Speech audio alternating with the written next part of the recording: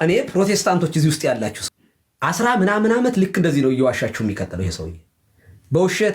በውሸት ታመምኩኝ ብሎ ገንዘብ ያሰባሰባል። በውሸት ቤተክርስቲያን ይሰድባል።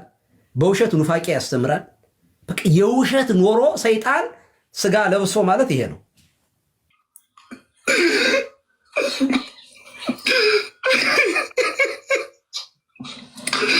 አብሮ አደጌ ነው።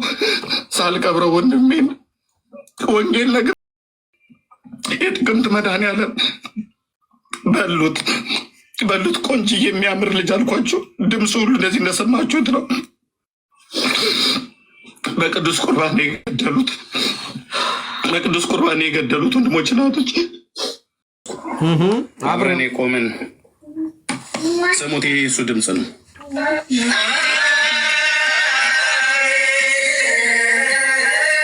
ይድረስ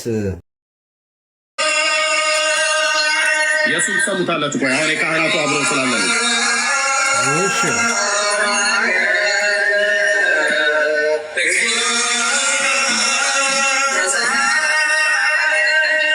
የሱ ድምፅ ነው። ስሙ።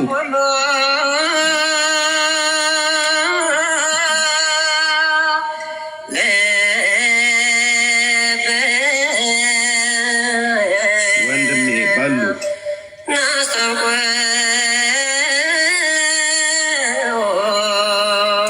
አበበ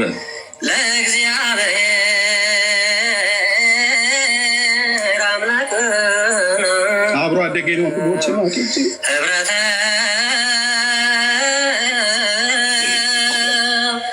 መንፈስ ቅዱስ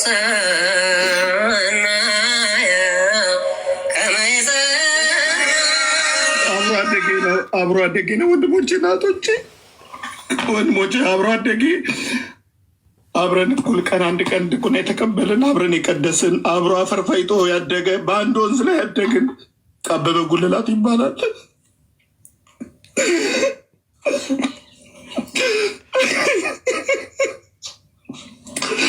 አብሮ አደጌ ነው። ሳትቀብረው ወንድምህን ልብ አድርጉ። ይሄ ቀዳሽ ማለት ነው። ይሄ ቀዳሽ አሁን ቀሷል ይመስለኛል። ዲያቆን በትረ ይባላል። የአዲስ አበባ ዲያቆን ነው። እሱ የሚያወራው ስለ አርሲ ነው እያወራ ያለው። ክፍለ ሀገር አብሮኝ ያለው ወረዳው ሂዶ ሲቀድስ ነው የሚለው። በትረ ይባላል ይሄ ዲያቆን። ድምፃዊ ዲያቆን ነው። በነገራችን ላይ ቅዳሴያችን አይመስጥም። አይ ቲንክ እውነትም ዲያቆን ከነበረ ናፍቆታል ማለት ነው የቅዳሴው ዜማ። እኔ ሲሪየስሊ እንደዚህ በቃ ስቅስቅ ብሎ እንዲያለቅስ ያደረገው ግን ሪሊ ዲያቆን በትረ ጋና ጉድህን ስማ። አሁን ቀሲስ ሆኗል መሰለኝ። አይተ ቀሲስ በትረ በመጡ እዚህ ጋርና በሰማ እና ይሄ ቅዳሴ ከማን ጋር የቀደሱት መሰላችሁ? ከአባ ገብረወልድ ጋር። መጋቤ ስብሐት አባ ገብረወልድ ይባላሉ። ከኔ ጋር አብረን አሁን አዲስ ኪዳን አብረን እንማራለን። አባ ገብረወልድ የላስ ቬጋስ ኪዳነ ምሕረት አባት ናቸው። ቆይ ላሳያችሁ።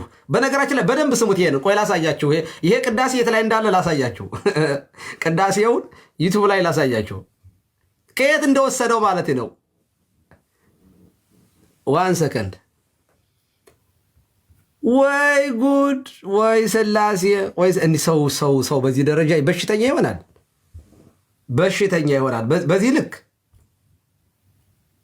በዚህ ልክ እያለቀሰ ማለት ነው።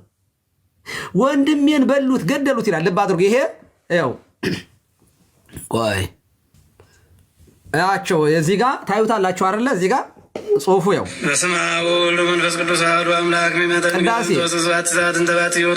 እዚህ ጋር ታዩታላችሁ። ቅዳሴ መጋቤ ስብሐት ቆሞስ አባ ገብረወልድ ወልደ ሳሙኤል። ይሄ ቅዳሴ በስቱዲዮ የተቀረጸ ነው። ከማን ጋራ? ከዲያቆን በትረ ጋራ። ድምፁን አሰማችኋለሁ። ኤርሚያስ ያሰማው የነበረውን ድምፅና ይህንን አሰማችኋለሁ።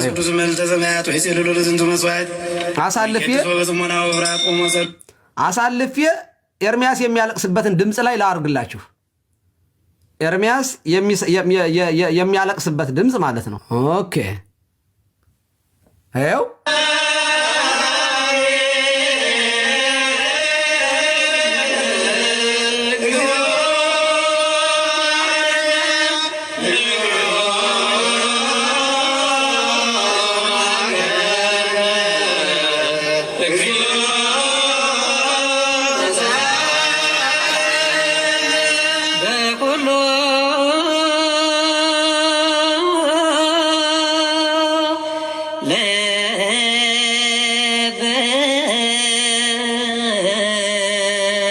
ናስተውቁ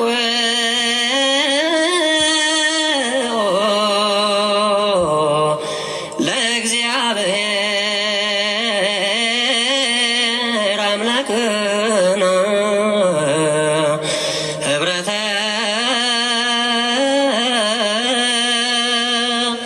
መንፈስ ቅዱስ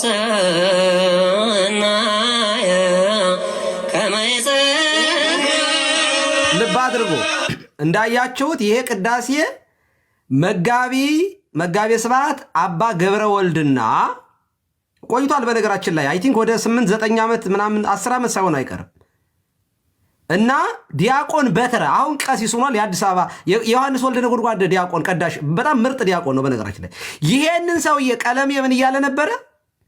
እኔ ጋር አብረን ዲቁና ያመጣን አብሮ ተወልዶ ያደገ የክፍለ ሀገር ልጅ ነው እና ወረዳ ሁዶ ተጋብዞ ቀድሶ ሲወጣ ምግብ ተመገው ሲወጣ በስጋ ወደሙ ቄሶቹ ገደሉት እያለ ነው የሚያወራው። ማን ይባላል አለ? ስሙ አበበ ጉልላት ይባላል አለ። ሊስን እዚህ ጋር ይሄንንም ሰምታችሁታል። ይኸው እዚህ ጋር ኤርሚያስ የሚያስተላልፈውን ደግሞ ላሰማችሁ መልሼ ስሙት። በዚያን ቀን ነበሩ ካህናትና ዲያቆናት ሁሉ ጭምር ቁጭ ብሎ ሰምተው ነበር እና እኔ ያለኝ ወደ ከተማ እመጣለሁ እንዳንተ ነው መሆን የምፈልገው። ኤርሚያስ ዩቲዩበሮች ግን ቆንጅዬ ኤርሚን ወንድሙን ገደሉበት ብለው ነው የሰሩት። የሚያምር ወጣት አልኩ ወንድሜ፣ ድምፃዊ ወንድሜ ድምፁን ልኮልኝ ነበር። እንደው ቢኖር ፈልጌ እንደገና አሰማችኋለሁ አንድ ቀን ድምፁ ማለት ነው።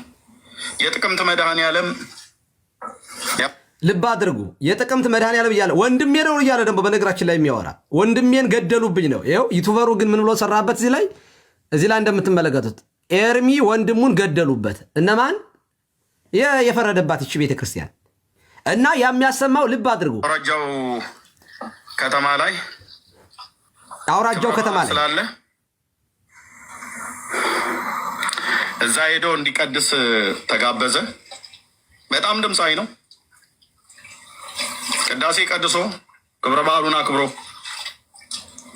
የሚበላውን በልቶ ጠጥቶ ሲመለስ ወደ የተቃጠለ ብሎ አለ። ቆይ አንዴ ቆይ ወንድሜ ደወለልኝ። ምናልባት ድምፁ ካለ እዚሁ ያሰማቸዋለሁ። ቅዳሴ ላይ በጣም እንባ እየመጣ ስለሆነ እንባ እየመጣ ነው አለ። ወንድሜ ደወለልኝ ነው የሚለው። ልብ አድርጎ ተቃጥሎ ነው የሚለው። ወንድሜ በልቶ ሲወጣ ምግብ በልቶ ሲወጣ ቅዳሴ ውስጥ በስጋው ደግሞ ነው የሚለው። በኋላ በድምፅ ወንድሜ ሰምቶ ላከልኝ ቴሌግራም ላይ። ኦልራይት ወንድሜን በሉት በመድኃኒት ማለት ነው። አበበ ጉልላት ይባላል። አብሮ አደጌ ነው።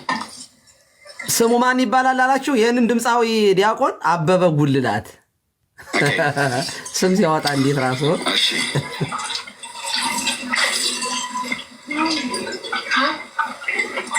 እንዴት ውስጤ እንደተረበሸ ልነግራችሁ አልችልም። አብሬው የቀደስኩ አብረን የቆምን ስሙት። የሱ ድምፅ ነው።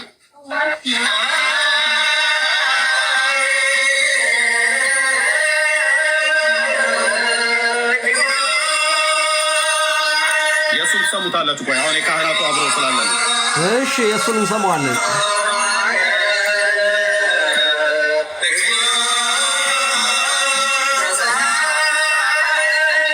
ይሄ የሱ ድምፅ ነው። ስሙ።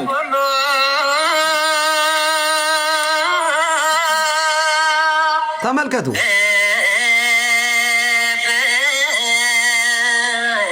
ወንድሜ ባሉ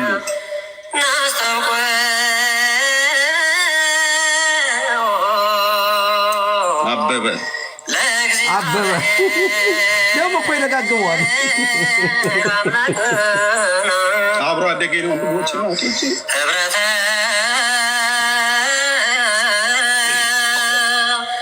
መንፈስ ቅዱስ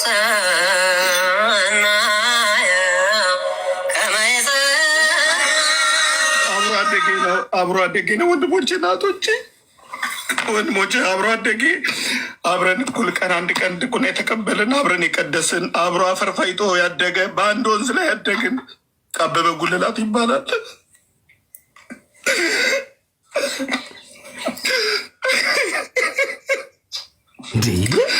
አብሮ አደጌ ነው።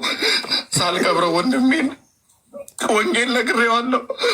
ወንጌል ነግሬው ከተማ ስገባ እንዳንተ ነው መሆኑ የምፈልገው ብሎ ከተማ ስገባ እንዳንተ ነው መሆኑ ብሎ መድኃኒዓለም በሉት በሉት ቆንጆ የሚያምር ልጅ አልኳችሁ። ድምፁ ሁሉ እንደዚህ እንደሰማችሁት ነው።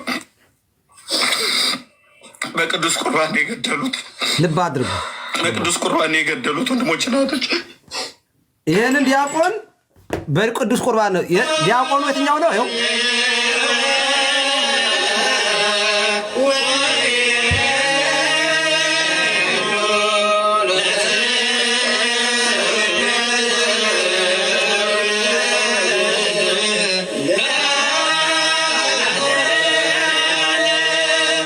በክብርና በምስጋና በእምነት ገናንነትን እናቀርብልሃለን። ከእርሱ ለሚቀበሉ ሁሉ ለተድላና ለደስታ ለፈውስና ለረድኤት ስጋንም ለማደስ መንፈስና ነፍስን ለማዳን ይሆን ዘንድ ሁሉም በአንድነት በአንድ ቃል ያመሰግነዋል ለዘላለሙ።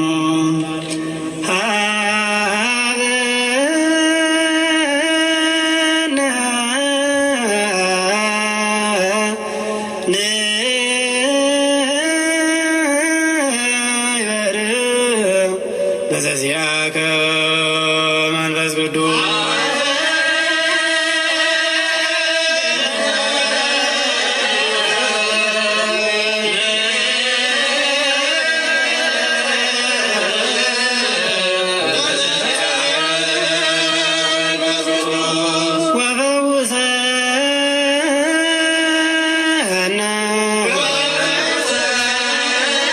አሁን ልመልሳችሁ። በነገራችን ላይ በደንብ ቀጥ እያሳያችኋለሁኝ። ልብ አድርጉ። ይሄንን ሰው አበበ የሚባል ጓደኛዬ ገደሉብኝ በስጋው ደግሞ እያለ የሚሰራው ላይ አንድ መርጌታ ነኝ የሚል ነውረኛ። በነገራችን ላይ ወንድማችን ደምረውና ማን ነበረ ፎቶውን ልከውልኝ ይሄ ነው ብለው ነበር እና አይ ቲንክ እሱ ሰውዬ ላይሆን ይችላል እያሉ ነበር ሰዎቹ። ደምረው የላከልኝ ፎቶ ሌላ ሰው ከሆነ ይሄ ሰረቀ ብርሃን የሚባል አሁንም ቤተክርስቲያን ውስጥ ተቀጥሮ አብሮኝ ይቀድስ የነበረ ያለ ሰው ከሆነ በአስቸኳይ ከቤተክርስቲያን በዚያን ቀን ነበሩ መውጣት አለበት። ይሄንን ማድረግ አለበት። አብሮ እዚህ ጋር ያለው ሰውዬ ይሄ ነው እና እኔ ልብ አድርጉ። አብሮ አደጌ ነው ወንድሞቼ እናቶቼ ወንድሞቼ አብሮ አደጌ አብረን እኩል ቀን አንድ ቀን ድቁና የተቀበልን አብረን የቀደስን አብሮ አፈር ፈይቶ ያደገ በአንድ ወንዝ ላይ ያደግን አበበ ጉልላት ይባላል። ወይ ዲያቆን በትረ የዛሬው ቀሲስ በትረ ነው። ይሄ ድምፃዊ የዮሐንስ ወልደ ነጎድጓድ ዲያቆን የነበረ አሁን ቀሷል። ሰውየውም እኔ ማለት ካህኑም አባትም እንት መጋቢ ስብሐት አባ ገብረ ወልድም ለአሲቤት ጋር ኪዳነ ምሕረት ያሉ ናቸው። አልሞቱም፣ በህይወት ነው ያሉት። ወንድሜን በስጋው ደግሞ ገደሉት ያለው ልጅ አሁን ላይ ቀዳሽ ነው።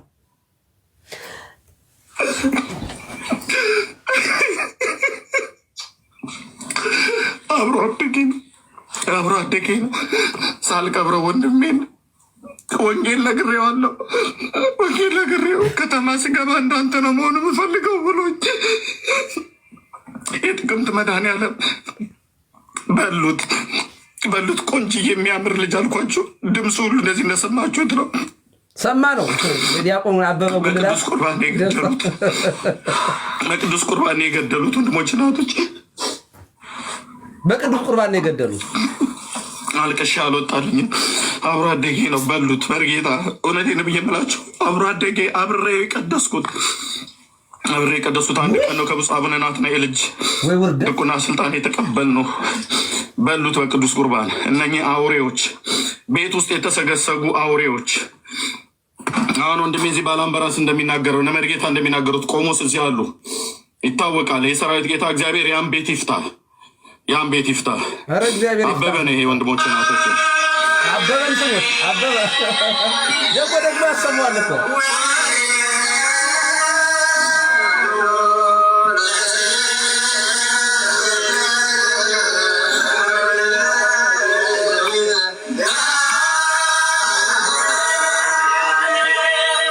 በክብርና በምስጋና አብሮ አደጌ ነው ወንድሞች ናቶች አብሮ አደጌ ነው። በእምነት ገናንነትን እናቀርብልሃለን። ይሄ የኔ ወንድም ነው። አብሮ አደጌ እናቀርብልሃለን። ከእርሱ ለሚቀበሉ ሁሉ አትደጋግመው። አንዴ ይቅርታ። እሺ እንዴት አይነት ድምፃዊ መሰላችሁ? እንዴት ያለ ድምፅ በእውነት ነው። እኔ እኮ የሚገርመኝ ማልቀስ እኮ ነው ማለት በውሸት ይለቅሳል። እኔ የማውቀው ድራማ ሲሰሩ ተዋናዮች አርቲስቶች ናቸው ሲያለቅሱ። ከዩቱብ ላይ ቅዳሴ አምጥቶ ከዩቱብ ላይ ያለ ቅዳሴ አምጥቶ የኔ ጓደኛዬ ነው። ወይኔ ቀሲስ በስለ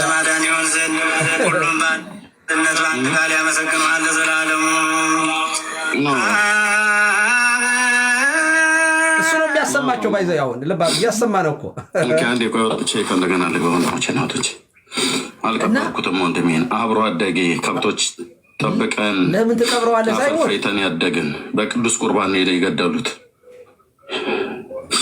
ቆይ አንዴ ጠብቁኝ ወንድሞቼ። ወንድሜ የላከልኝ ጊዜ ያለቀስኩት ለቅሶ እስካሁን ድረስ አልወጣልኝም። እኔ ፕሮቴስታንቶች እዚህ ውስጥ ያላችሁ 10 ምናምን ዓመት ልክ እንደዚህ ነው እየዋሻችሁ የሚቀጥለው ይሄ ሰውዬ። በውሸት ታመምኩኝ ብሎ ገንዘብ ያሰባሰባል። በውሸት ቤተክርስቲያን ይሰድባል። በውሸት ኑፋቄ ያስተምራል። በቃ የውሸት ኖሮ ሰይጣን ስጋ ለብሶ ማለት ይሄ ነው። ያልሞተን ሰው በህይወት ያለን ሰው የአዲስ አበባ ዲያቆን አሪሲ እሱ እኔ ተወልጄ ያደኩት አሪሲ ነው። ከአቡነ ናትናኤል ዲቁና የተቀበልን ነው የሚለው። አቡነ ናትናኤል ማን እንደሆነ ታውቃላችሁ? እኒያ ሊቅ የቅዱስ ፓትርያርኩ አቡነ ማትያስ ወደ ፕትርክና ከመምጣታቸው በፊት አቃቤ መንበር የነበሩት ማለት ነው። በጣም የሚታወቁ ሊቅ ናቸው። ከሳቸው ጋር አብረን ነው ዲቁና እና ወረዳው ቦታ ሄደን አለ ቀድስ ተብሎ ነው። ከገጠር ወደ ወረዳው ሄዶ የወረዳ ከተማ ሄዶ እና ቀድስ እኔም ራሴ የንግስ ቀዳሽ ነበርኩ አለ ኤርሚ። አቤት እኔ በእውነት እንደው ድፍረት እንደው በዚህ ደረጃ እና ውሸት በዚህ ደረጃ ሲሆን በጣም ይደብራል ኤርሚ።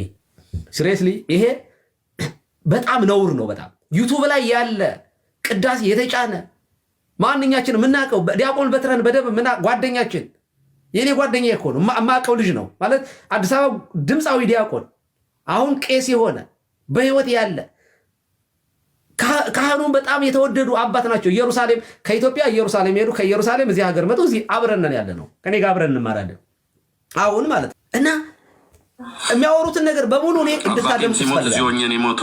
አጎቴም ሲሞት እዚህ ሆኖ የሞተው ወንድሞቼ ናቶች እውነቴ ነው። ቅድሞ ባለንበረስ ሲናገር ነበር። በክብረ በዓል ላይ ቀድስ ተብዬ የምባል ነበረ እኔ ራሴ ማለት ነው። አቤት አቤት አቤት አቤት አቤት! ክብረ በዓል ላይ ቀድስ የምባል እስኪ እኔ በነገራችን ላይ ድምፅ ተፈጥሮ ነው።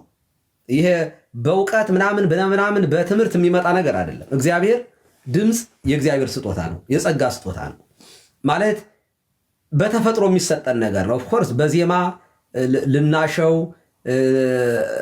ቅላጼውን ምናምን ራሳችን የሆነ በዜማ የምናሸው ነገር ይኖራል። በሙያ ድምፅ ሊሻሻ ከዛ በተረፈ ግን በተፈጥሮ የተሰጠን ድምፅ ግን ምንም ማድረግ አይቻልም። አንድ ሰው ድምፃዊ ልሆን ስላለ ድምፃዊ አይሆንም። ኤርሚ ድምፃዊ ከሆንክም አሁንም ድረስ ድምፅ አይጠፋም፣ ያው ነው። እስኪ አንድ ቀን አሰማን እስኪ የሚጋበዘው ድምፅህን ንግስ ቀን በቃ እና ካልቀደስኩ ባል ነበር አለ አቡነ ዘበሰማያትን የማይችል ሰውዬ ተጋባዥ ዲያቆን ነበርኩኝ። ኧረ ሸም ነው እንዴ እኔ ራሴ ማለት ነው። አጎቴ የለየለት ድምፃዊ ነበር። አቤት በዘር ነው ደግሞ በዘር ነው። ይሄም ወንድም እንደዚሁ ነበረ። ጥቅምት መድኃኔዓለምን ቀድሶ ጥቅምት ገደሉት። ኧረ አለ በሕይወት አለ። አንድ ቀን በነገራችን ላይ ቀሲስ በትረን ይዘናቸው ይገሉሃል። አረመኔ ሰዎች የተጠቀጠቁበት ቤት ነው። አዲስ አበባ ያላችሁ ሰዎች አንድ ቀን ቀሲስ በትረን ይዛቸዋቸው። ዮሐንስ ወልደ ጉንጓን ቄስ ናቸው። አንድ ቀበሌ ውስጥ አንድ ገበያ፣ አንድ ወፍጮ፣ አንድ ቤተክርስቲያን፣ አንድ ትምህርት ቤት፣ አንድ ወንዝ ጠጥተን ያደግነው። ወንዝ ጠጥታችኋል? ወንድሜ እዚህ ስላለ እየሰማ ወንዝ ጠጥታችኋል? ወንድሜ እዚህ ስላለ እየሰማ ወደኋላ ልመለስ አለኝ። አይደል ነው አልመለስ አለ ወደኋላ። ውሸት እንዴት ይደገማል? ይቅርብህ እና በጣም ትክክል አይደላችሁ። እኔ ፕሮቴስታንቶች እባካችሁ አሃዝ እግዚኦ መዋግድ ደህሳው የከበሉት የውሸት ግን ሞገድ አቁመው እስኪ ይቁም። እኔ ክርስቶስ የኤርሚያስ ኢየሱስ ውሸት ነው መስዋዕት የሚቀርብለት ውሸት እየቀረበለት የሚመገብ ነው። ያለ ውሸት አይሰበክም።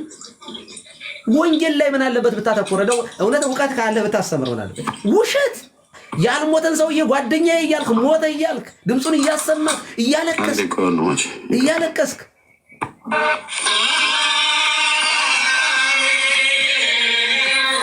ቅዳሴውን እንስማው። መሳቅ ነው ቅዳሴው። ደጋግሞ ያሰማዋል ደግሞ እዚህ ነው የምከፍተው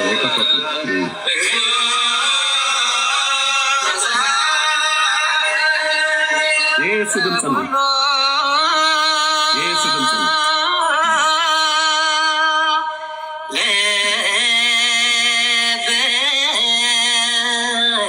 ግቡ፣ መግባት የምትፈልጉ ግቡ፣ ግቡ።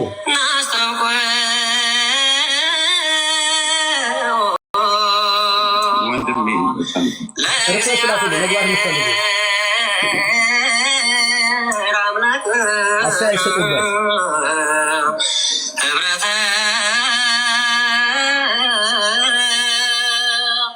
መንፈስ ቅዱስ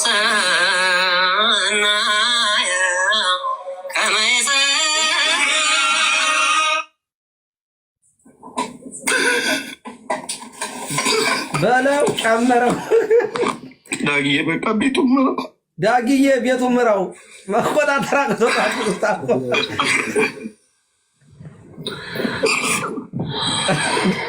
አብሮ አደጌ ነው እኮ ሰው እንደዚህ ያብዳል። በእግዚአብሔር ቆሜ በቀብረው ደስ ባለኝ ነበር። አብሮ አደጌ ነው። አልሞትም። እንዴት ይቀበራል? የቆመ ሰው በቁሙ ሰው በዚህ ምክንያት የገደሉት በቅዱስ ቁርባን ጥቅምት መድኃኒዓለም ቀድሶ ይኸው ቅዳሴው ጥቅምት መድኃኒዓለም የቀደሰበት ማለት ነው። እኔ በሱ ድምፅ እሱ በእኔ ድምፅ ነበር እዛ በልጅነት ደስ ይላል እየተባበል የምንባባለው በሉት እንዲህ አድርገው ማለት ነው። እነዚህ ከአጋንንት ጋር መተተኞች ይኸው የሰኔ 17 ስንክሳር ሁሉ ጭምር ሳይቀር የሚናገረው እዚህ አሉ። በእውቀትም በእድሜም የሚበልጠን መርጌታ አንቱ የተባለ ይህንኑ አስማት መተት ድግምት ይሰራ ነበር። የሰራዊት ጌታ እግዚአብሔር ልብ አድርጉ። ይሄ መርጌታ ነኝ የሚል መርጌታ ክብር ለኢየሱስ የሚል ራሱ ምንድን ነበር አለ? ራሱ ምንድን ነበር? ድግምት ሲሰራ ጥንቆላ ሲሰራ የነበረ ሰው ነው አለ።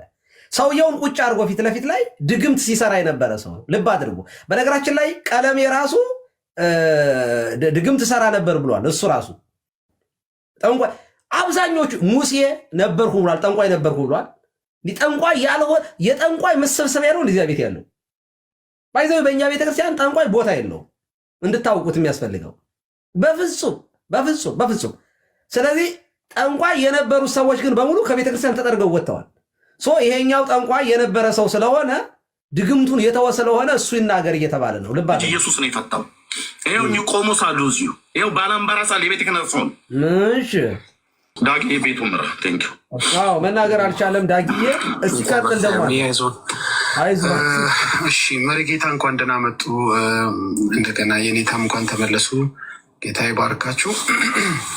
እህታችን ጥሩዬን ብዙ አቆይተናታል። ከጥሩዬ ትንሽ ባይዘው አይደለም ካለ ጥሩት ይምጣ። መሪጌታ የሚሉት ነገር ካለ የኔ ጓደኛዬ ነው ካለ ይግባ። የሚሉት ነገር ካለ እና ድምፁንም እስኪንፈት ነው እንሞክረው። እስኪ ይበልልን። ስላቆየናት ወደ እሷ እንመለሳለን። ላኩለት፣ ሸር አድርጉለት። ከታች ከሆነ ስበዋለሁ። በጣም ያሳዝናል። በጣም በእውነት አሳዛኝ ነው። እንደገና ድምፁና ደግሞ የድምፁ አወራረድ ደግሞ በደንብ ተምሮት ነው። አንዳንድ ጊዜኛ አሁን የተማረና ያልተማረ መሆኑን የሚታወቀው የድምፅ አወራረድ መለክ ያለው ራሱ መለክ ያለው ድምፁ ሲወርድ ማለት ነው። የሚወርድና የሚወጣ እንደዚህ ነገር መካከል ላይ የሚደረግ ነገር አለና በጣም ድምፃዊ የነበረ ሰው ነው። በጣም ያሳዝናል። ሌላው በጣም ያሳዝነው ደግሞ ፎልስ ሰክሴሽን ይባላል። ይሄ የውሸት ቅብብሎች ማለት ነው። እኛ አፖስቶሊክ ሰክሰሽን አለን እንላለን። ፎልስ ሰክሰሽን እንደዚህ የሚደረጉ ነገሮች ምንድነው? አንዳንዱ ለመፈተን ተብሎ የሚደረግ ነገር አለ። እኔ በጣም የሚያሳዝነኝ በህይወቴ የሚያሳዝነኝ ለመፈተን ተብሎ ሰው የሚገደልበትን እሱ በጣም አሁን ለምሳሌ አንድ መስተፋቅር አንድን መስተፋቅር ይሰራል ወይስ አይሰራም የሚለውን ለማወቅ በሆነች አጠገባቸው ባለችው ሴት ነው የሚፈትኑት። የጥንቁልና ሙያ ነው ይሄ። ባይዞ መስራቱን አለመስራቱን ለማረጋገጥ ነው። ከዛ ከሰራ በኋላ ኦኬ። እስካሁን ባለው አስተያየት ስጡበትና እንቀጥላለን። ሌሎቻቸውም ቀጥሉ። ፌዝ እንኳን ደህና መጣ።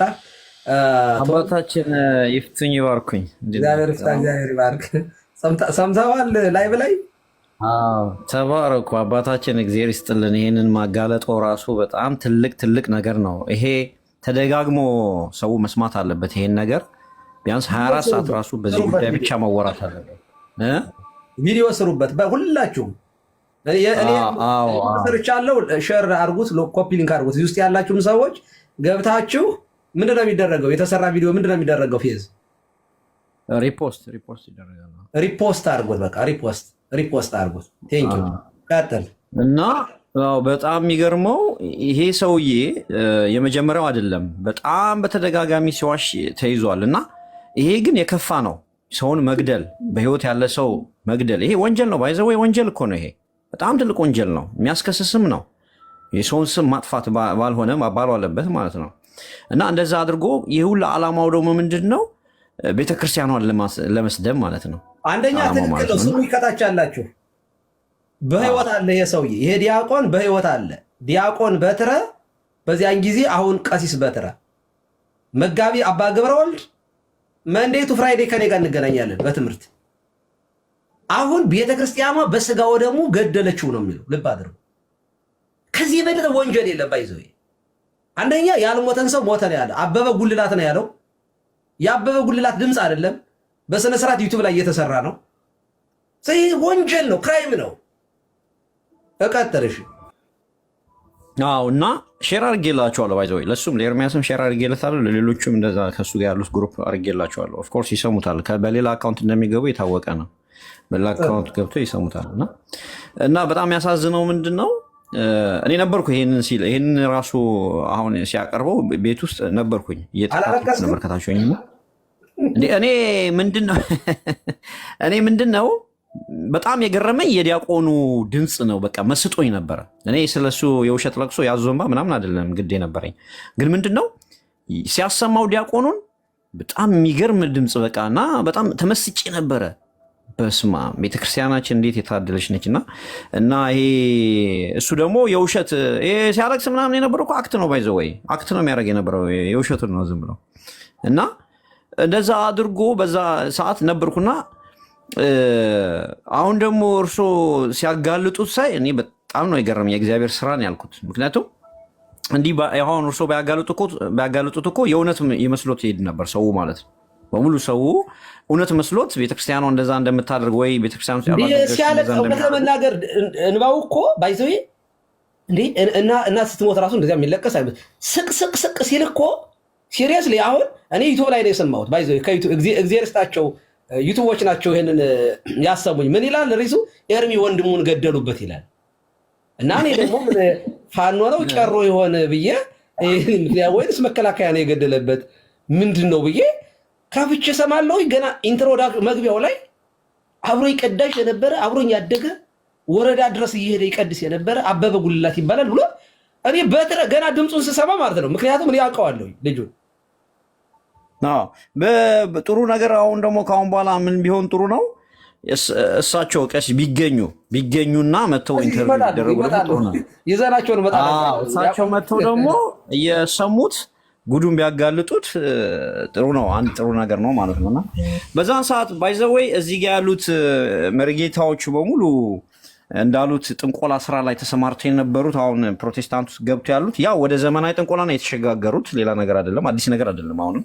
እና አለ አንድ ደግሞ መርጌታ ሚስጥሩ የሚባል አለ። እልም ያለ ጥንቆላ ውስጥ የነበረና ሚስቱ ራሱ አሁን መታ ከሰዋለች በዩቲዩብ ላይ ከሳው ምን አይነት ግፍ እንደፈጸመባትና በጥንቆላ ራሱ ምን እንደሚሰራ እንደነበርና ደፍሮ እሱም ራሱ አዎ ሰራ ነበር ብሎ አሁን ግን ፕሮቴስታንት ውስጥ ገብቶ ኦርቶዶክስን የሚያጥላላ ሰው ነው። ባይዘው እሱ ራሱ ምን ብለዋል? ውሃ ወደ ቀይ በሃይላንድ አርጎ ውሃ ወደ ወይን ነው የሆነ ብቻ ቻውነቱን እና ይሄ ምንድን ነበር ክፍለ አዲስ አበባ እያለን የምንጠጣው ነበር። ይሄ ምንድን ነው? ስኳር ድብ ነው ምንድን ነበር የሚባለው? ኧረ ምንድን ነው የሆነ አሲር ተመጥጦ የሚጠጣ ይሄ ቀይ ነገር ምንድን ነበር? አለ የሚጠጣ የተለያየ እንደ ኮካ እንደ ሚሪንዳ የተለያየ የሚጠጣ ቢዮሊኩስ አይደል? ስታር ነው ምንድን ነው? ስታር ነው መሰለኝ። ስታር ምንድን ነው የሚባለው? ቶኒ እንደ ሻይ ቅጠል መያዣ የሆነ ስታር ነው የሚሉት መሰለኝ። ብራኬት የደረሰኝ ጊዜ ባርኩኝ መጋቢ እግዚአብሔር ይባርክ። ጆልጁስ ነው ጆልጁስ የሚሰራበት መሰለኝ እና ከሃይላንዷ ላይ እንደዚህ አድርጎ ማለት ነው። ይኸው እንደዚህ ያለ ሃይላንድ ነው ያዘው። ይሄ ኤርሚያ እንትን ቀለም እንትን ማን ነው ምስጢሩን ስላነሳችሁ ነው። እዚች ጋር ያጣብቃታል። እዚች እንትኗ ላይ እዚች ውስጧ ላይ ያጣብቅና ያችን እንትኗን የሆነች ቀይ ቀባታል። የተከደነ ነው። ሃይላንዱን እንደዚህ መታ፣ እንደዚህ አረገ። ሲመታው ቀይ ይሆናል ማለት ነው። እና ነብዩ እንደዛ እያደረገ ነበር። የሆነ እንትን ወተት ነው ብሎም ነጭ ቀለም እንትን ወደ ወተት ቀየርኩት ምናምን እያሉ ማለት ነው። ኧረ እንደዛ ነው እንትን የሚሰክሱት። በጣም ከባድ ናቸው። አይሰጡበት አስተያየት ሁላችሁም በየተራ የእውነት ይሄ በጣም መደመጥ አለበት እስከ መጨረሻው። እኔ መታገስ ሁሉ አቃተኝ። የእውነት ይሄ ነው። በስጋ ወደሙ ይህንን የመሰለ ዲያቆን ገደሉት። ድምፅ እያሰማ ወንድሜ የደወለልኝ እንደው አንዴ ጠብቁኝ ይኸው ድምፁን ላሰማችሁ ብሎ ሲያደርግ እኔ ወንድሜ እያለን ብሎ ሲያወራ ወንድሙም መስሎ ነበር። እውነት ለመናገር እንዳለ ዝሆል ነው የዋሸው። ቆም እንደው ያዝ አይደረግም እንዴ? በእግዚአብሔር በሉ ቀጥሉ በየተራ። ለማንኛውም እኔ እስኪ ልስማችሁ እናንተን ደግሞ እናንተን አስተያየት። መገንት መልአከ ገነት ነአምን የሚል ትናንት አውሬ ቀድሶ ነበር የሚል አላታች የጻፈ ነአምን የሚል ያስገቡት እስኪ ይሄ እስኪ ቆይ ይሄ አንድ ቁጥር ይጻፉ። ቆይ እስኪ ከበትረጋ ነው እያለ ነበር እየጻፈ ነበር። በትረ እኮ በጣም እኮ ታዋቂ እኮ ቀዳሽ እኮ ነው። በጣም ጎበዝ ቀዳሽ ነው። ጽፋለሁ። ናምን ምንድን ነው? ኦኬ ከማን ጋር ነው? እሺ ለሚዋሰከን ኦኬ አብረን ቀድሰናል ያለ ሰው ቆይ እሺ ይኸው ከቀለሜ ጋር ነው አብረው ቀደሱት ወይንስ ከቀለሜ ጋር ነው? ከቀሲሱ ጋር ነው የሚሆን አብረው መስለኛል። እና ወልደ ነጎድጓድ እኮ ነው ያሉ ቀሲሱ ነዋል። 2 ዓመት ምናምናቸው ነው። እንዲሁም ከቀሰሱ ያው እሱ ያብራራው እንጂ ሰውየው እኮ ይታወቃሉ፣ ይመጣሉ። እንዲሁም እኔ አውቃቸዋለሁ ማለት ራሱ በጣም በእድሜ እኮ ከኛ ራሱ ያንሳል። በነገራችን ላይ መዝሙር ላይ ሁሉ መስባክ ይሰብካል። በጣም ጎበዝ ልጅ ነው እኮ ዲያቆን በትረ እኮ እናውቀዋለን። ስለማውቀው እኮ ነው እኔ እኮ ወዲያው ድምፁ የመጣልኝ የማውቀው ልጅ ነው። ዮሐንስ ወልደ ነጎድጓድ ያለ ልጅ ነው እና ገደለው በቃ በአየር ላይ። እኔ እንደውም የኔን ድምፅ ሁሉ ሊያሰማኝ ነው ብዬ ፈርቼ ነበር። እሺ ቀጥሉ። ለማንኛውም ነአምን ሰላም ላንተ ይሆን። ነአምን ሰላም፣ እንዴት አደራችሁ? ይፍቱኝ ይባርኩኝ ቀሲስ እና ተኝቼ ነው ያለሁት አገልግሎት ላይ ሰንብተን ማህሌት ከዛ ቅዳሴ ምናምን ስለነበረን ቅድም እንደውም ስሰማዎት ገና ቪዲዮ ሰርተው ደውዬለት ነበር ጉድህን ስማ ልለው ከዛ ተኝቷል። ስልክ አላነሳልኝም እና ቴክስት አድርጌለታለሁ። ይገርማል። መጋቢ ሐዲስ ቀሲስ በትረጡ መልሳን ይባላሉ። መጋቢ ሐዲስም ናቸው። ባይዘው የቅዱስ ጳውሎስ መንፈሳዊ ኮሌጅ በሐዲስ ኪዳን ምሩቅ ናቸውና ቀሲስ ከሆኑ አሁን ከአንድ ወር ምናምን በኋላ 2 ዓመት ይሞላቸዋል እና ዲያቆን ነው እና የኛ ደብር አገልጋይ ነው። ዮሐንስ ወልደ ነጎድጓድ መካነ ጎልጎታ ቅድስት ማርያም ቤተክርስቲያን የስብከተ ወንጌል አገልጋይ ናቸው ማለት ነው። የስብከተ ወንጌል ዋና ኃላፊው ሊቀ ሊቃውንት ስሙር አላምረው ነው። ከዛ በኋላ እሱ በትረጡ መልሳን ኧረ እኔ እዚያ ያሉት እንዳላቃቸዋለሁ እንዴ እንትን መዝገብ ቤት መዝገቡን ታውቀዋለህ? አዎ እኔ እዛ ያሉትን አገልጋዮች አንድ ባንድ ልጠራ እችላለሁ። እኔ የማውቃቸውን ሊቀ ሊቃውንት ስሙር እና ዲያቆን መጋቢ ደውዬላቸው ነበር። በነገራችን ላይ ቆይ ላሳያቸው። ለመጋቢ ደውዬ ነበር። አሁን ቀደም ይሄን ቪዲዮን ከመስራቴ በፊት ደውዬላቸው ነበር። በዚህ ላይ ደግሞ አባ ገብረ ውሃድ የምስካየ ኅዙናን ቅዳሴ መምህር ነበሩ። ኢየሩሳሌም ሄዱ። እኔም ትንሽ እሳቸው ጋር ለመቀጸል እድሩ ገጥሞኛል እና ከዛ የእሳቸውና ዩቲዩብንም እናውቃለን። በትረጡ መልሳን የራሱ ዩቲዩብም አለው። ሲጀመር በትረጡ መልሳን የራሱ ዩቲዩብም አለው። በራሱ ስም ገብታችሁ ድምፁን ማነጻጸርም ይቻላል ማለት ነው እና ገርሞኛል። እንግዲህ ትላንትና አብረን ነበርን። እኔ ዛሬ ስሰማ ዛሬ የተለቀቀ መስሎኝ ሞቶ አድሮ ነው እንዴ ምናምን ብዬ ነበርና የእውነት ያስደነግጣል።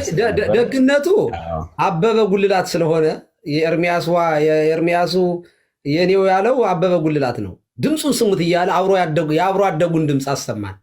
አብሮት ያደገውን ልጅ ቀዳሽ። እኔም እንደሱ ነበርኩ አለ ኤርሚ ደፋር። እሺ እግዚአብሔር ይስጥልን። ነአምን በጣም እናመሰግናለን። ዲያቆን ሕዝቅያስ ይቀጥሉ። ታላቁ ሰላም ብያለሁ። ሁላችሁንም ሰላም ብያለሁ። ቀሲስ ይፍቱ መላክነት ይፍቱን ይባርኩን። እግዚአብሔር ነአምን እንደው እባክን እዚህ ስለምንቆይ አሁን ከእንቅልፉም አንቅተ ቢሆን የእንቅልፉን ዋጋ አስከፍለህ ብታስገባልን በጣም ጥሩ ነበር። እኔ ይህንን ወንድም ዲያቆን እያለ ነው የማውቀው። እኛ ግቢ ተማሪ የሆነን ሐሙስ ጉባኤ ነበረኝ እዛ እና እንደገና ደግሞ አንድ ወንድም አለ እዚያው ዋሽንግተን ዲሲ መላክነት ያውቁት ይሆናል ቀሲስ መጠኑ በጣም ድምፃዊ ነው። እሱም እንደሱ እና አባቱም እዛ ነበሩ። አባ ገብረ ጊዜ ይባሉ ነበረ እና ገና ሲያለቅስ እንዴት አድርጌ ልቆጣጠር በእውነት የሰራውለት ድራማውን በጣም ነው ያዘንኩት። እና በዚህ አጋጣሚ ንስሐ ቢገባ ጥሩ ነው። ግን አሁን እንዲህ አይነቱ የታይተ ተረሰከ ለበሰ ያብድ ይባል የለ ፍቅር ለማይገባው ሰው ራስን አታዋርድ ስለሚባል በቤተ ክርስቲያን ሕልውና ብቻ ሳይሆን በቅዱስ ስጋው በክቡር ደሙ ስለመጣ ይህንን ራሱን የቻለ ሕግ ስላለ ባለበት ሀገር ማስከሰስ እንችላለን። ስለዚህ ከዚህ በኋላ መተኛት የለም። እንደው ሀገሩን የምታውቁ ሰዎች ኤርሚያስ የሚኖርበትን እንደዚህ ያረገ ከፕሮቴስታንት ላይ የጡረታ ብር አይበላም፣ እንደዚህ በውሸት እየዋሸ። ስለዚህ አሁን የመጨረሻውን ጽዋ ጠጥቶታል ብዬ ነው የማምነው እና ቪዲዮ ብቻ ሰርተን መተው ያለብን አይመስለኝም። በገሃድ እየነገር ነው እንደምንከሰው ቃል እንገባለታለን። ስለዚህ ይህንን ነገር ግማሹ አውስትራሊያ ነው፣ ግማሹ እንግሊዝ ነው፣ ግማሹ ስዊዘርላንድ ነው ይላል እና የምታውቁ ሰዎች ካላችሁ አሁን መስመር በጣም ቀይ መስመር አልፏል። ስለዚህ ነአምን እንደው ስለምንቆይ እንደው በተቻለ መጠን ለቤተ ክርስቲያን ስለሆነ የዋጋ የሚከፈለው እንደው ከተኛበት አስቀስቅሰ ብታመጣልን ከሙታን መቼ እንደተነሳን ጠይቀው ነበር። ከሙታን እንደተነሳ በጣም ትክክል። አይ እሱ እናመሰግናለን። በነገራችን ላይ ከዚህ ቀደም አንድ ወር አልሞላውም ኤርሚያስ የሆነ ማንን ነበር ገርል ላይ ስንክሳር ላይ የሌላን ታሪክ አጣሞ እናቱን ምንድን ይል ነበር ምናምን ብሎ የከሰሰው ምንድን ነበር የሆነ ገርል በቅርብ አይ ተሳስቼ ነው ብሎ ራሱ ሲናገር ነበር። እድሜ ልኩን እንደዋሸ ነው ይሄ ሰውዬ። የሚያለቅሰው ልቅሶ መስራቱን አለመስራቱን ለማረጋገጥ ነው። ስሙት። አንድ ቀበሌ ውስጥ አንድ ገበያ፣ አንድ ወፍጮ፣ አንድ ቤተክርስቲያን፣ አንድ ትምህርት ቤት፣ አንድ ወንዝ ጠጥተን ያለ አብሮኝ ይቀድስ የነበረ በዚያን ቀን ነበሩ ካህናትና ዲያቆናትን ብሎ ጭምር ቁጭ ብሎ ተሰምቶ ነበር። እና እኔ ያለኝ ወደ ከተማ እመጣለሁ እንዳንተ ነው መሆን የምፈልገው ኤርሚ ያለኝ ቀይ ቆንጅዬ የከተማ ልጅ ነው በነገራችን ላይ በዲያቆን በትረ እና ወደ ከተማ ስመጣ እንዳንተ ነው መሆን የምፈልገው ይለኝ ነበር ነው የሚለው። የሚያምር ወጣት አልኩ ወንድሜ፣ ድምፃዊ ወንድሜ ድምፁን ልኮልኝ ነበር። እንደው ቢኖር ፈልጌ እንደገና አሰማችኋለሁ አንድ ቀን ድምፁ ማለት ነው። የጥቅምት መድኃኔዓለም የአውራጃው ከተማ ላይ ክብረ በዓል ስላለ እዛ ሄዶ እንዲቀድስ ተጋበዘ። በጣም ድምፃዊ ነው። ቅዳሴ ቀድሶ ክብረ በዓሉን አክብሮ የሚበላውን በልቶ ጠጥቶ ሲመለስ ወደ ተቃጠለ ብሎ አለ። ቆይ አንዴ ቆይ ወንድሜ ደወለልኝ። ምናልባት ድምፁ ካለ እዚሁ አሰማችኋለሁ። ቅዳሴ ላይ በጣም እንበይ እየመጣ ስለሆነ እንባው እየመጣ ነው። ተመልከቱ እንግዲህ ይኸው አሁን ከዚህ ቀጥሎ የሚያሰማን የዲያቆን በትረን ቅዳሴ እና የአባ ገብረ ወልድን ቅዳሴ ነው። እሱ የሚለው የገጠር ልጅ ይኸው ወንድሜ ሰምቶ ላከልኝ ቴሌግራም ላይ። ወንድሜን በሉት በመድኃኒት ማለት ነው። አበበ ጉልላት ይባላል። አብሮ አደጌ ነው። ኦኬ እሺ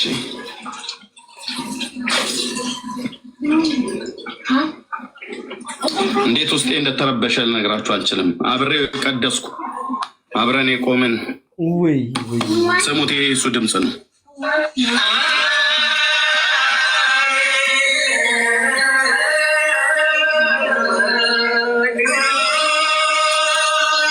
የሱን ሰሙታላችሁ። ቆይ አሁን የካህናቱ አብሮ ስላለ ነው።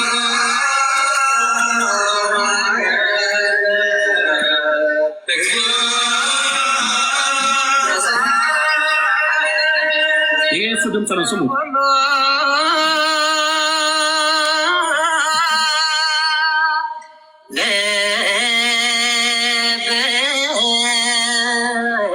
ወንድም ባሉ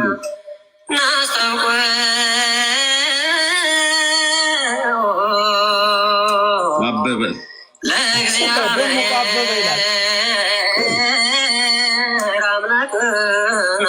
አብሮ አደጌ ነው።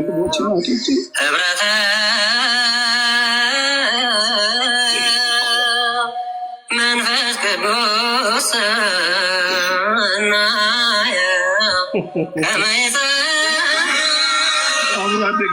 አብሮ አደጌ ነው። ወንድሞቼ እናቶቼ፣ ወንድሞቼ አብሮ አደጌ አብረን እኩል ቀን አንድ ቀን ድቁና የተቀበልን አብረን የቀደስን አብሮ አፈር ፈይቶ ያደገ በአንድ ወንዝ ላይ ያደግን አበበ ጉልላት ይባላል።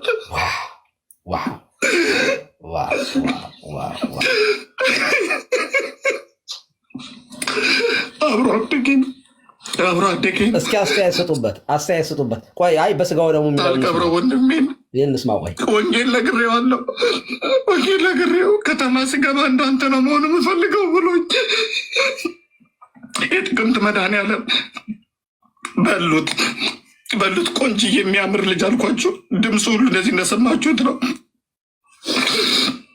በቅዱስ ቁርባን የገደሉት እኔ ብላለቅስ ነው። በቅዱስ ቁርባን የገደሉት ወንድሞች ናቶች አጋባብ ይልቅ ሰው አልቅሻ አልወጣልኝም።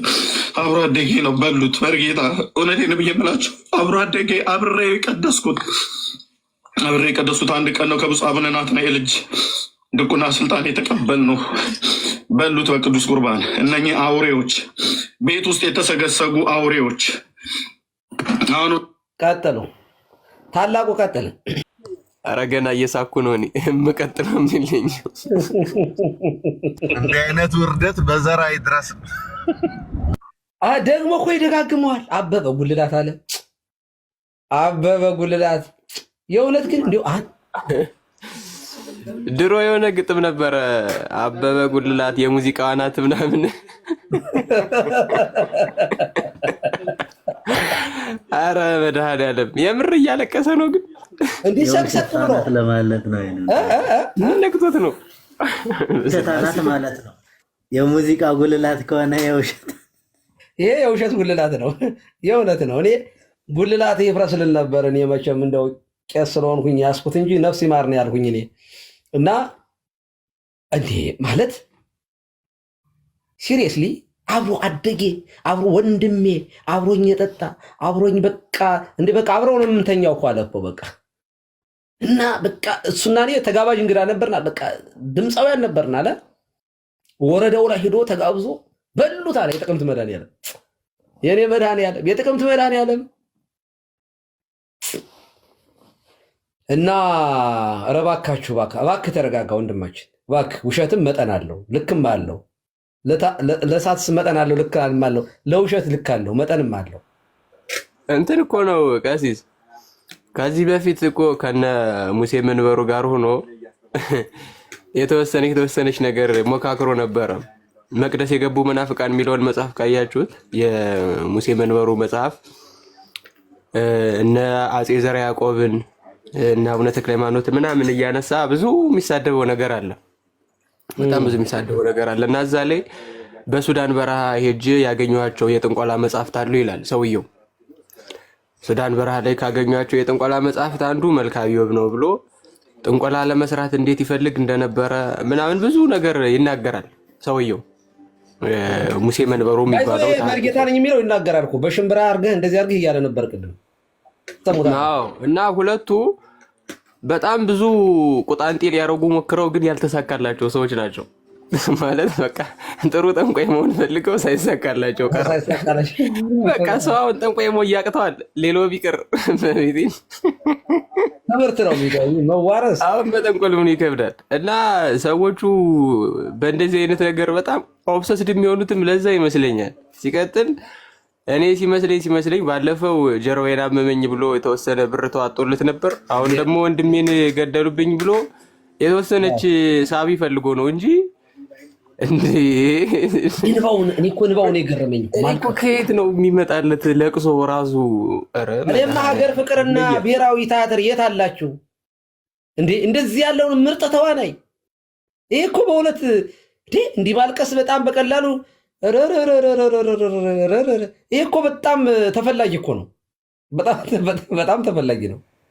አሁን ማጽናኛ ተብሎ ላይ ይገባለታል። ከዚህ ማጽናኛ ምን አይባልና ለወንድሙ ተብሎ ከዛ ላይቭ ይገባል። ባይዘው 38 ሺህ አይቶታል። ይኸውላችሁ ስንት ሰው አይቶታል መሰላችሁ? ቆይ መቼም ዩቲዩብ ላይ ይህንን ያየው ሰው 34 ሺህ ኦልሞስት 35 ሺህ ሰው አይቶታል። ወደ 367 ኮሜንት ገብቻ ነበርኩኝ እና ሁሉንም ሳይሆን 367 ኮሜንት አለ እዚያ ውስጥ። አረ ይሄንን ዲያቆን እኮ ያውቀዋል ነው የሚል ሰው ፈለግኩኝ ማለት ነው።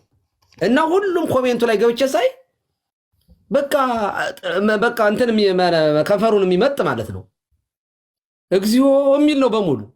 እና አንድ ሰው እዚህ ውስጥ መጥቶ አረ ይሄንን ዲያቆን በትረን እኮ እኛ እናውቀዋለን። አትሊስት ቅዳሴው እኮ ዩቲዩብ ላይ እኮ በጣም ፌመስ እኮ ቅዳሴ እኮ ነው። ይሄ እኮ በስቱዲዮ እኮ ነው ባይዘው የተቀረጹት። እና ብዙ ሰው ዩቲዩብ ላይ የሚከታተለው ነው ማለት እዛ ውስጥ አረ እኔ ያለው እንደ አልሞትኩም የሚል ሰው ራሱ በጣም ኮሜንት ፈለግኩኝ። እኔ ብቻ ነኝ የሰማሁት። ዲያቆን በትረን በጣም ብዙ ሰው ያውቃል፣ ዘማሪያኑ ያውቁታል። ሰው ሀውካም ይቅርታ ዲያቆን እያልኩ ነው አሁን ምን በድሮ ነው። እና የሚገርም ነው፣ ብቻ የሚገርም ነው። እንደዚህ ባላምበራስ እንደሚናገረው ነመርጌታ እንደሚናገሩት ቆሞስ እዚህ አሉ ይታወቃል። የሰራዊት ጌታ እግዚአብሔር ያን ቤት ይፍታ፣ ያን ቤት ይፍታ። አበበ ነው ይሄ ወንድሞች ናቶች አበበ ነው። እኔ ግን የእውነት የምነግራችሁ አንዳንዴ እውነትም እዚያ አስቀድሶ የሚያውቅ ከሆነ ድምፁ ዳፍቆት ይመስለኛል። የቅዳሴው ዜማ ሲሰማው ድምፃዊ ሰው እኮ ሲቀድስ ያስለቅሳል። ባይዘ እኔ አንድ በጣም የምወዳቸው አባት ነበሩ፣ አባ የማነ ብርሃን። ቅዳሴያቸው አለ ዩቱብ ላይም እና አሁንም አሉ በህይወት ኦፍኮርስ። እና እሳቸው ሲቀድሱ እኔ ማህሌት እንኳን ሌሊት አድሬ ማህሌት አድሬ አንዳንዴ ማህሌት አድረን ሲደክመን ጠዋት ላይ ሄደን መቃብር ቤት ምናምን አረፍ እንላለን። እና ለአረፍ ሄጄ ልክ እሳቸው በስመ አብ ወወልድ ወመንፈስ ቅዱስ አሐዱ አምላክ አሜን የሚመጠን ግርም ዛት ዕለት ወፅ ዛት ሰዓት ሲሉ ከሰማኝ ማለት ነው ተነስቼ ላስቀድስ እሄዳለሁ። የእውነቴን ነው። እና እሳቸው ሲቀድሱ እያለቀስኩ ነበር እንትን እምላቸው እና በቃ ተጽዕኖ አሳድረውብኝ ለብዙ ዓመታት የእሳቸውን አይነት ድምፅ የራሱ እሳቸውን ነበር የሚመስለው። ወንድማቸው እኔ እየቀደስኩኝ መጥቶ ስግዱ ሲባል ጀምሮ እስከ መጨረሻው ድረስ እሳቸውን ፈልጎ መጥቶ ማለት ነው ያሉ መስሎት እና ስወጣ አባ አልወጡም እንዴት አለኝ። አይ አባ እኮ የሉም ዛሬ ኖ እሳቸው ሲቀድሱ በስራ ዲያቆን ሆነው የገቡ እሳቸው ናቸው አለኝ። ኧረ በፍጹም አይደሉም፣ እንዲህ እየሰማኋቸው አይደሉም፣ እኔ ነኝ የቀደስኩ ስለው በፍጹም ሊያመናኝ አልቻለም። እና ደብረ አባይ ነው የሚቀድሱት ወዙን እንዳለ እኔ ደብረ አባይ ቀጽዬ ተምሬ የመጣሁኝ ግን አዲስ አበባ ላይ እሳቸው ቁስቋም ነበር የሚኖሩት። ወዛቸውን እንዳለ ቁጭ አረኩት፣ በቃ ቁጭ እና ተጽዕኖ አሳድረውብኝ እሳቸው ሲቀድሱ አለቅስ ነበር። ሲሪየስሊ ድምፃውያን ሲቀድሱ እንደዚህ ያስለቅሳሉ። ምናልባት ኤርሚ ያ የድሮ ቅዳሴ ናፍቆት ያ የድሮ በቃ መስጦት አሁን ያለበት ጨለማው ከብዶት ሊሆን ይችላል ብዬ አሰብኩኝ። ኢንቴንሽናሊ ቅዳሴው ያስለቅሳል። አይ ቲንክ እሱ ሳይሆን አይቀርም።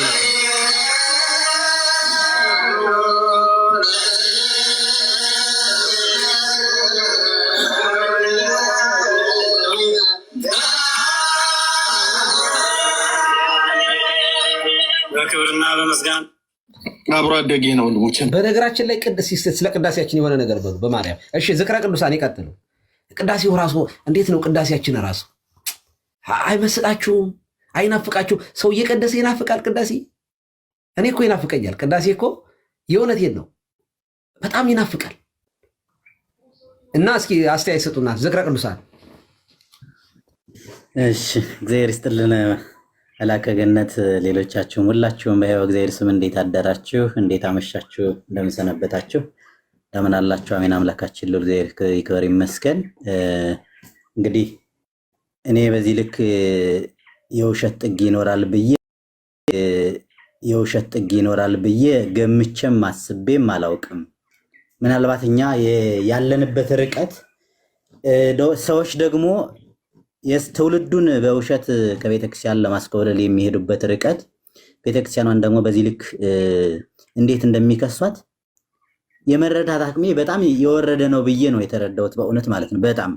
እና ወደ ቅዳሴያችን ስንሄድ ግን የኛ ገና ቅዳሴያችን እንደሚታወቀው ገና ካህኑ እኔ ከሁሉ ነገር ምንድነው የሚገርመኝ ገና ካህኑ ጎሳ ልቤ ሲል ያለውበት ሁሉ ነው የሚጠፋኝ፣ የእውነት ማለት ነው። ጎሳ ልቤ ሲባል ማለት ነው ጎሳ ልቤ ቃለ ሰናይ ሲል ገና ያን ጊዜ የት እንዳለውም አላውቀውም እኔ የት ላይ ማለት ነው። ቅዳሴያችን ልዩ ነው በእውነት ማለት ነው። ይሄ ይናፍቃል በእውነት ከተመለከተው በእውነት ካሰበው ይናፍቃል። ግን ደግሞ ሰውን በመክሰስ ሰውን በመግደል ባይሆን ደግሞ በጣም ጥሩ ነበረ።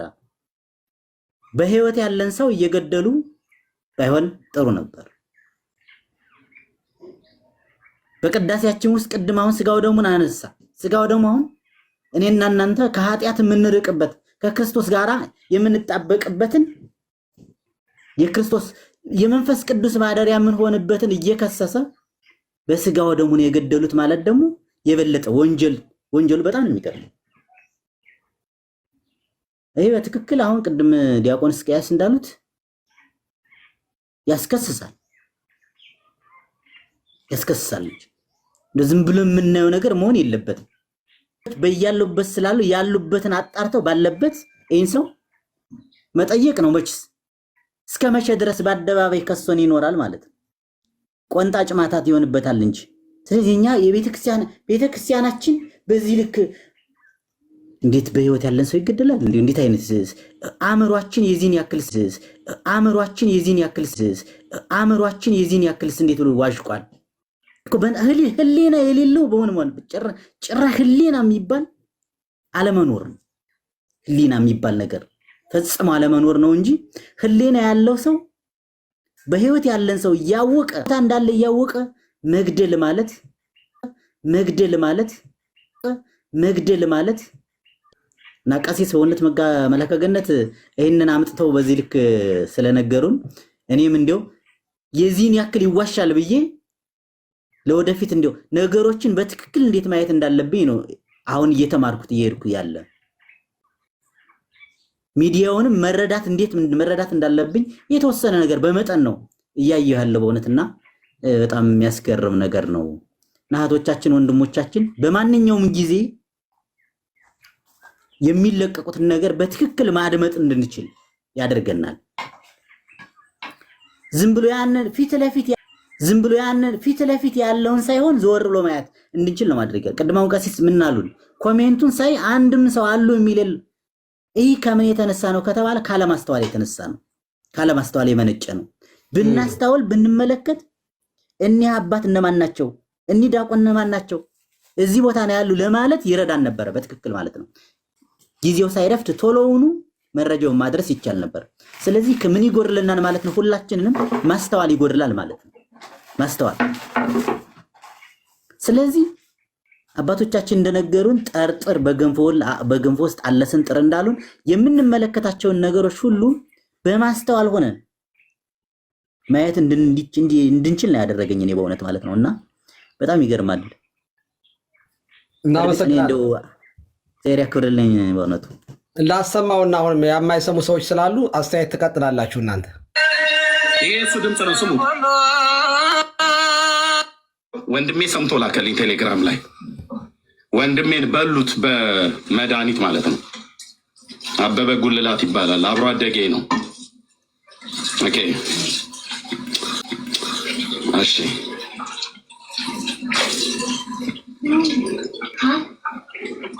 እንዴት ውስጤ እንደተረበሸ ልነግራችሁ አልችልም። አብሬው የቀደስኩ አብረን የቆምን ስሙት። ይሄ እሱ ድምፅ ነው።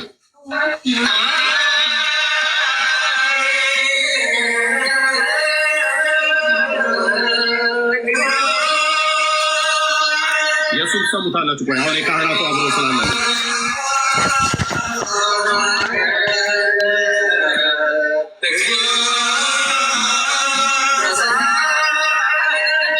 ይሄ እሱ ድምፅ ነው። ስሙ።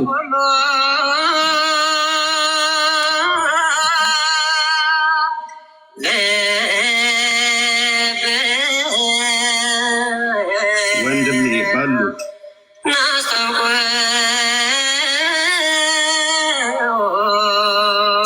አበበ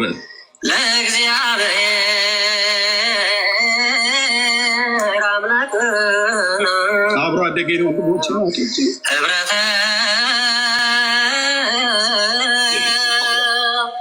መንፈስ ቅዱስ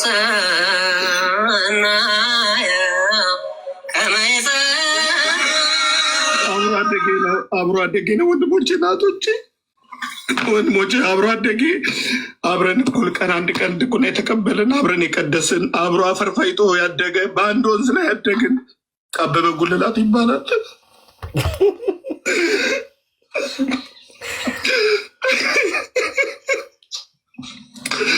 አብሮ አደጌ ነው። ሳልቀብረው ወንድሜን ወንጌል ነግሬዋለሁ። ወንጌል ነግሬው ከተማ ስገባ እንዳንተ ነው መሆን የምፈልገው ብሎኝ የጥቅምት መድኃኒዓለም በሉት ቆንጆ የሚያምር ልጅ አልኳችሁ። ድምፁ ሁሉ እንደዚህ እንደሰማችሁት ነው። በቅዱስ ቁርባን የገደሉት ወንድሞች ናቶች። አልቅሼ አልወጣልኝም። አብሮ አደጌ ነው። በሉት በርጌታ እውነቴን ብዬ የምላችሁ አብሮ አደጌ አብሬ የቀደስኩት አንድ ቀን ነው። ከብፁዕ አቡነ ናትናኤል እጅ ድቁና ስልጣን የተቀበልነው በሉት በቅዱስ ቁርባን። እነኚህ አውሬዎች ቤት ውስጥ የተሰገሰጉ አውሬዎች አሁን ወንድሜ እዚህ ባላምበራስ እንደሚናገረው እነ መርጌታ እንደሚናገሩት ቆሞስ እዚህ አሉ ይታወቃል። የሰራዊት ጌታ እግዚአብሔር ያን ቤት ይፍታ። አበበ ነው ይሄ ወንድሞች ናቶች።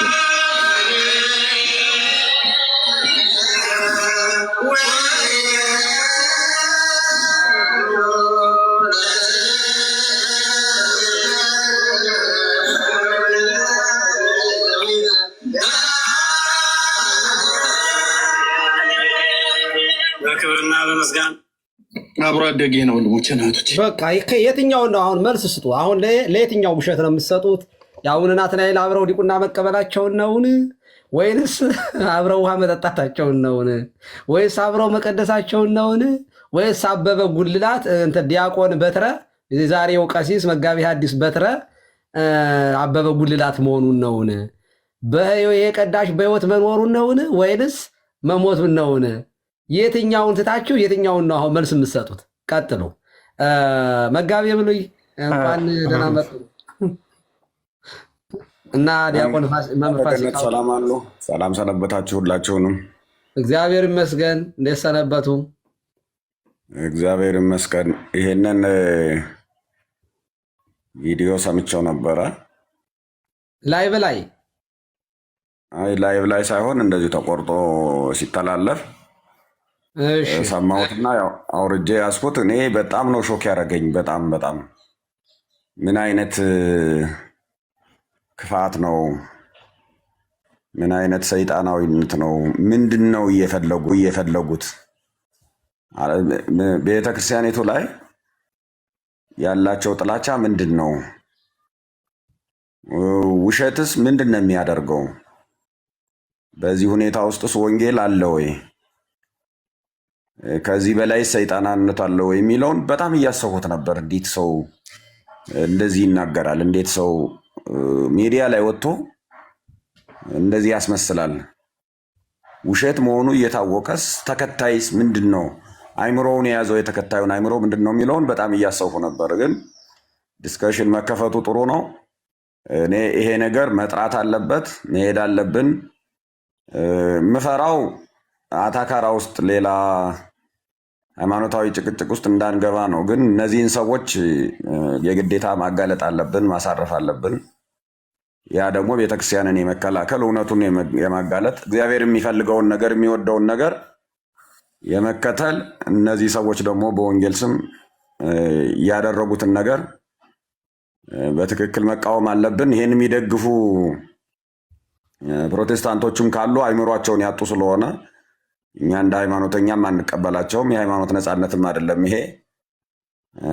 ተነካንም ምናምን መባል የለበትም እንደዚህ አይነት ነገር። ከዚህ በላይ ከባድ ንግግር ስለሌለ ማለት ነው። ብዙ ጊዜ ብዙ ነገር ነው የምንሰማ። እኔ ምን እንደሚፈልጉ አልገባኝም። የሚነገሩ ነገሮች ቢሰበሰቡ አደጋ የሚያመጡ ናቸው። ስለዚህ ግን የቀለሜ ነገር በጣም ነው ያሳዘነኝ። እኔ በጣም ስሰማው በጣም የተናደድኩበትና ሴቭ አድርጌ ይዤዋለሁ። እንዴት ነው ነገ ተነገ ወዲያ ይሄን ሰው የምናገኘው እያልኩ ነበር። አሁን ዛሬ እንደውም ጥሩ ነው ልጁ አለመባሉ። እኔ ምንም መረጃው ውስጥ የጥቅምት መድኃኔዓለም የሚባለው የት ሀገር ነው? የት ቤተ መቅደስ ነው? ልጁ የት ነው አብሮት ያደገው? ከዛ ውጭ ደግሞ አበበ ጉልላት አሁን የለም ወይ? ይሄን አበበ ጉልላት የሚባለውን ሰው የሚያውቀው ማን ነው? እንዴት ነው ፕሩፍ የሚደረግ የሚለውን ነገር እየፈለግኩ ነበረ እና ዛሬ ስገባ ስሰማ በጣም ነው ደስ ብሎ ይዘው ብዬ ነው የገባሁት። ይሄ በጣም አስፈላጊ ነገር ስለሆነ ፕሊስ ገፍተን እንሂድ፣ እንደዚህ አይነቱን ነገር እናጋልጥ። በጣም መጥፎ ነገር ነው እየተደረገ ያለው። የሃይማኖት ከለላ እየሰጡ የሃይማኖት ፈቃድ እየሰጡ ሲያሰድቡ ይውላሉ።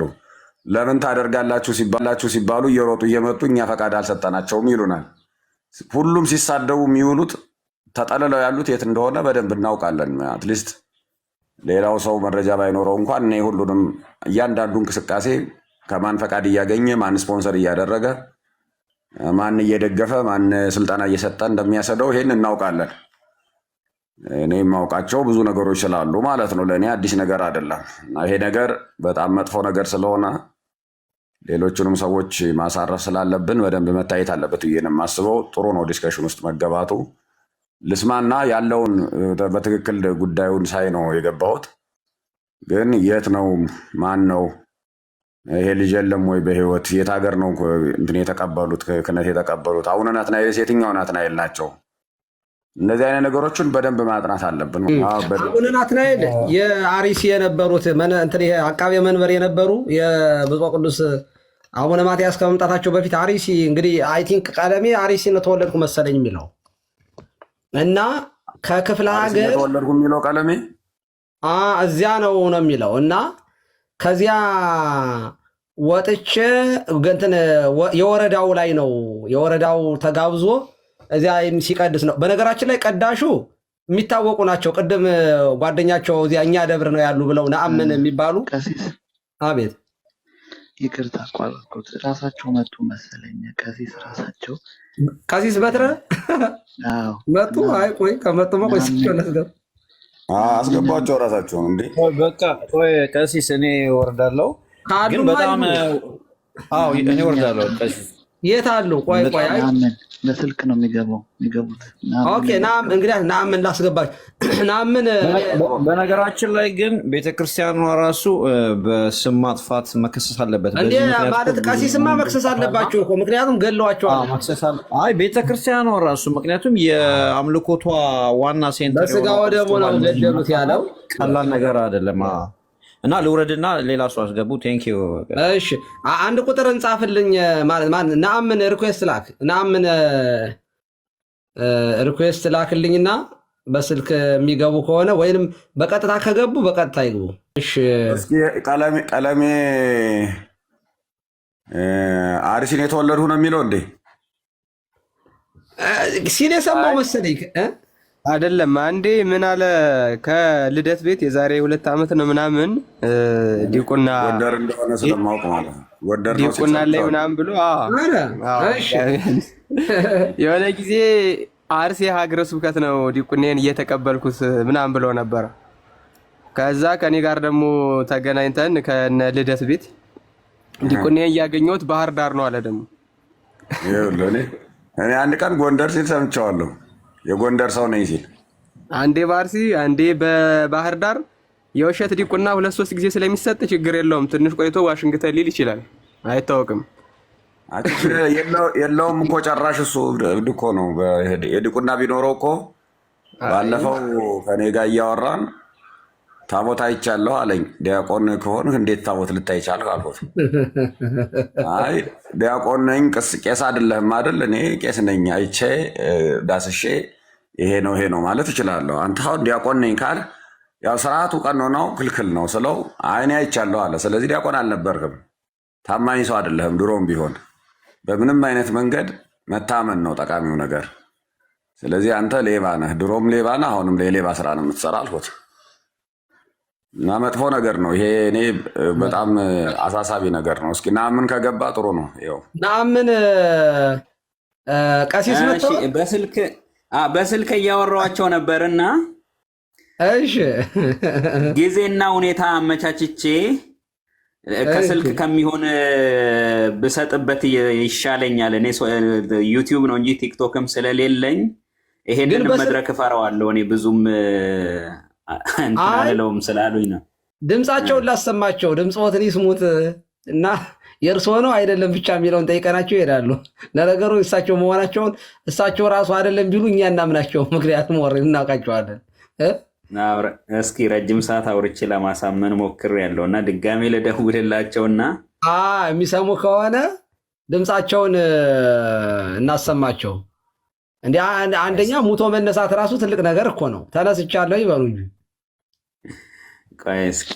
መጋቤ ብሉይ ቀሲስ በትረን አያውቋቸውም? ዲያቆን በትረ ድምፃዊ ዲያቆን ሊቀ ሊቃውንት ስሙር ጋር አብረው ነው ያሉት። ዮሐንስ ወልደ ነጎድጓድ ዮሐንስ ነው ያሉ እንዴ? አዎ የመጋቤ ከቅዳሴው ከመጋቤ ስብሐት አባ ገብረ ወልድ ጋር አብረው ነው የቀደሱት። በስቱዲዮ የተቀረጹት ነው። እሳቸውንማ እኔ በአካል እጅ አገኛቸዋለሁ እንዴ። መጋቢ ከኔ ጋር አብረን እንማራለን። መጋቢ ብሉይ እዚህ አብረን መንዴቱ ፍራይዴ እንገናኛለን። እና ታዲያ ምንድን ነው እንትን የሚያደርጉት? ይህ አሁን በጣም ከባድ ነገር እኮ ነው። አዎ እሳቸውንማ ቆይ ነገ ወይ እጃቸው ቀርባለሁ። እና ድምፁ ግን የዚህ ያሰማው ዲያቆን ዋናው እሳቸው አይደለም ሞቱ የተባሉ ቀሲስ በትረ ስለሆኑ እንትን አሉ የተባለው። እኔ እኮ ደግሞ አዳዲስ ሰው ስለሚመጣ ላሰማችሁና አሁን ደግሞ ወደ መምህር ፋሲካው እንሄዳለን። ላሰማችሁ አዳዲስ ሰው ስለሚመጣ ይስማው፣ በደንብ ይስማው። አብሮኝ ይቀድስ የነበረ በዚያን ቀን ነበሩ ካህናትና ዲያቆናትን ብሎ ጭምር ቁጭ ብሎ ሰምቶ ነበር። እና እኔ ያለኝ ወደ ከተማ እመጣለሁ እንዳንተ ነው መሆኑ የምፈልገው ኤርሚ ያለኝ። ቀይ ቆንጅዬ የሚያምር ወጣት አልኩ ወንድሜ፣ ድምፃዊ ወንድሜ ድምፁን ልኮልኝ ነበር። እንደው ቢኖር ፈልጌ እንደገና አሰማችኋለሁ አንድ ቀን ድምፁ ማለት ነው። የጥቅምት መድኃኔዓለም የአውራጃው ከተማ ላይ ክብረ በዓል ስላለ እዛ ሄዶ እንዲቀድስ ተጋበዘ። በጣም ድምፃዊ ነው። ቅዳሴ ቀድሶ ክብረ በዓሉን አክብሮ የሚበላውን በልቶ ጠጥቶ ሲመለስ ወደ የተቃጠለ ብሎ አለ። ቆይ አንዴ ቆይ ወንድሜ ደወለልኝ። ምናልባት ድምፁ ካለ እዚሁ አሰማችኋለሁ። ቅዳሴ ላይ በጣም እንበይ እየመጣ ስለሆነ እጅ ከፍንጅ ማስረጃ እኔ ማፈና ያረኩት የእውነቴን ነው። ግን እንደው ሁኔታው መቼም እኛም ዝም ስላልን ስለሆነ ይኸው ወንድሜ ሰምቶ ላከልኝ ቴሌግራም ላይ። ወንድሜን በሉት በመድኃኒት ማለት ነው። አበበ ጉልላት ይባላል። አብሮ አደጌ ነው። ኦኬ እሺ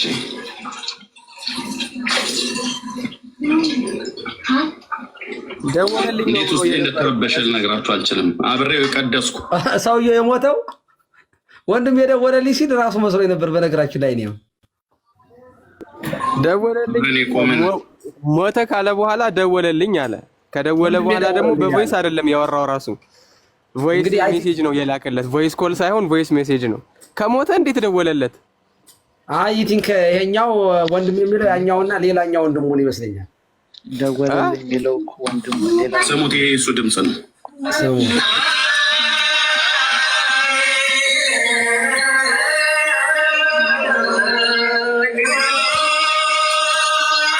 የሱን ሰሙታላችሁ። ቆይ አሁን የካህናቱ አብሮ ስላለ ነው።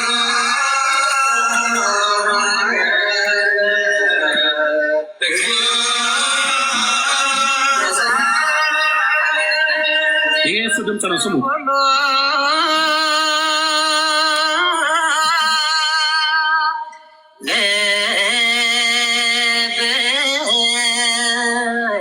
ወንድሜ ባሉት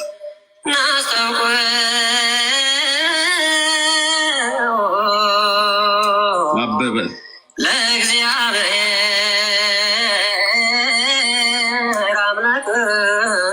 አብሮ አደጌ ነው።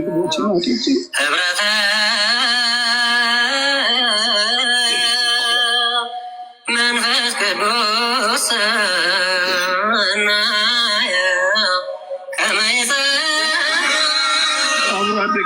አብሮ አደጌ ነው። ወንድሞቼ እናቶቼ፣ ወንድሞቼ አብሮ አደጌ አብረን እኩል ቀን አንድ ቀን ድቁና የተቀበልን አብረን የቀደስን አብሮ አፈር ፈይጦ ያደገ በአንድ ወንዝ ላይ ያደግን አበበ ጉልላት ይባላል።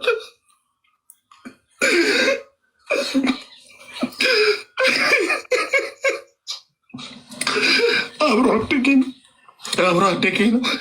ሳልቀብረው ወንድሜን ወንጌል ነገር የጥቅምት መድኃኒዓለም በሉት ቆንጆ የሚያምር ልጅ አልኳቸው። ድምፁ ሁሉ እንደዚህ እንደሰማችሁት ነው። በቅዱስ ቁርባን የገደሉት ወንድሞች ናቶች አልቅሻ አልወጣልኝም። አብሮ አደጌ ነው። በሉት በርጌታ እውነቴን ብዬ የምላቸው አብሮ አደጌ አብሬ የቀደሱት አንድ ቀን ነው። ከብፁዕ አቡነ ናትናኤል እጅ ድቁና ስልጣን የተቀበልነው በሉት በቅዱስ ቁርባን። እነኚህ አውሬዎች ቤት ውስጥ የተሰገሰጉ አውሬዎች አሁን ወንድሜ እዚህ ባላምበራስ እንደሚናገረው እነ መርጌታ እንደሚናገሩት ቆሞስ እዚህ አሉ ይታወቃል። የሰራዊት ጌታ እግዚአብሔር ያን ቤት ይፍታ። አበበ ነው ይሄ ወንድሞች ናቶች።